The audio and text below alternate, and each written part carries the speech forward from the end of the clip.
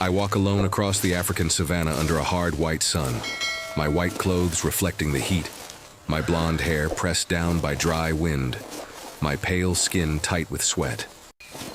I move slowly through tall yellow grass, my boots crushing brittle stems, my eyes scanning the open land where acacia trees stand far apart and the horizon feels endless. Everything looks normal, quiet, almost empty, and my body relaxes for a brief second as if this is just another crossing. The silence breaks without warning when I notice disturbed soil ahead, dark patches of earth torn open in a straight, violent Buturn. I stop, my posture stiffening, my breathing controlled, my white sleeves moving as my hands lower instinctively. The ground tells a story before I see anything alive, and my attention locks forward, fully alert, fully present. I spot movement near a shallow depression in the savanna, and my heart tightens when the shape becomes clear. A full-grown African lion is crouched low, its powerful body tense, its mane dusty and uneven. One of its front legs is trapped firmly in a heavy iron jaw trap, the metal teeth clamped deep into the limb, pinning the leg brutally to the soil. The iron trap is partially buried, rusted, thick, and unmoving, forcing the lion's body into an unnatural angle. The lion pulls again, muscles flexing, shoulders straining, but the iron trap does not release. The trapped leg bleeds slightly, the paw swollen, the animal breathing hard with visible exhaustion. The lion does not roar. The lion watches me.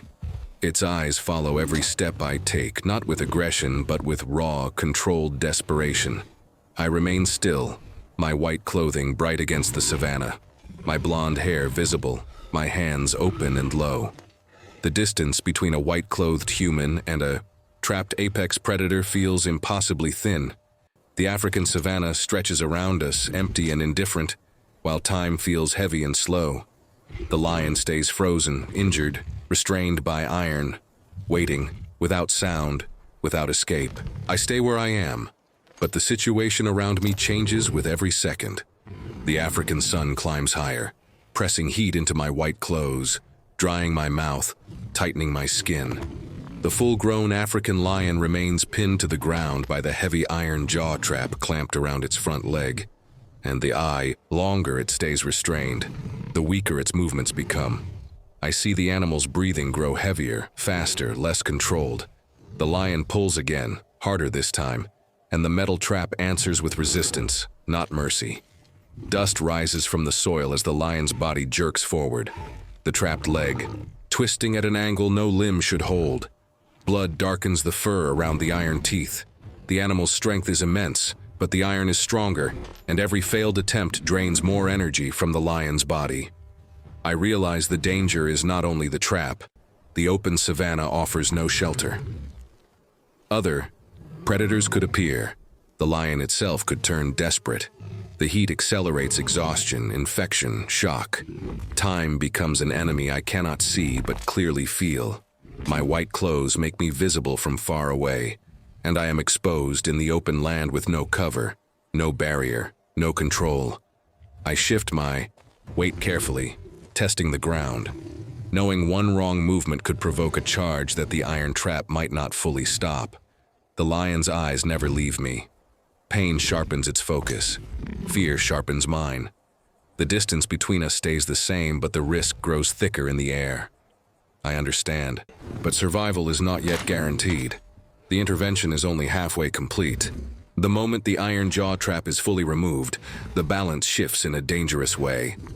The African lion lies sedated on the savanna soil, its powerful chest rising slowly, its wounded front leg swollen, bleeding, and unstable. The absence of the iron trap does not mean safety. Without restraint, return to the injured leg. Too much swelling threatens internal damage. Too little movement risks collapse. Time compresses into seconds. The rescue team works fast but carefully. Fluids are prepared. Bandages are positioned. Every touch is deliberate. One wrong adjustment could trigger pain, shock, or premature awakening. I stay close, my white clothes stained with dust, my blonde hair damp with sweat, my eyes fixed on the lion's condition. There is no room for hesitation now. The lion's body reacts suddenly. A sharp involuntary movement runs through its frame. The injured leg twitches. The sedative weakens faster than expected. This is the edge. If the lion wakes fully before stabilization, the rescue fails. Injury, panic, or death becomes immediate possibilities. I make the correct decision without delay. I signal for additional sedation and controlled cooling. Shade is created. Fluids are administered. Pressure is adjusted.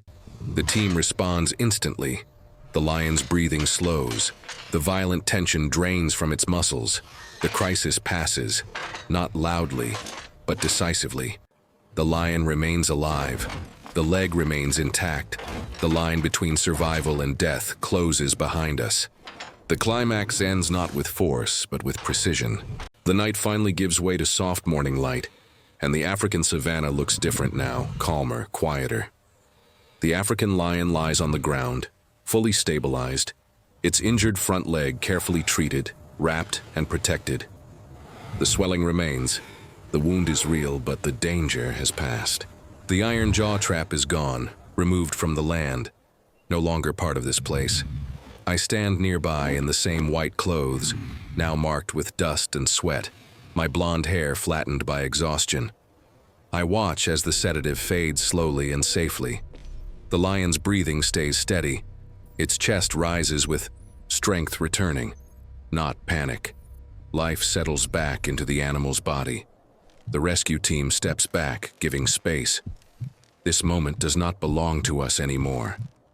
The lion opens its eyes, blinks against the morning light, and lifts its head carefully. Pain is present, but control is back. The injured leg touches the ground cautiously, bearing weight again for the first time without iron.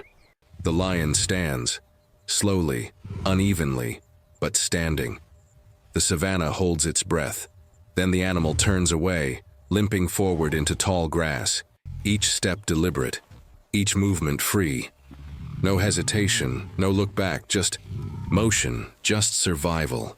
I remain still as the lion disappears into the golden landscape. The grass closes behind it. The savanna returns to silence. The place feels altered, lighter, as if something heavy has been removed from the land itself. I turn and walk away in the opposite direction, my white clothes fading into the open horizon.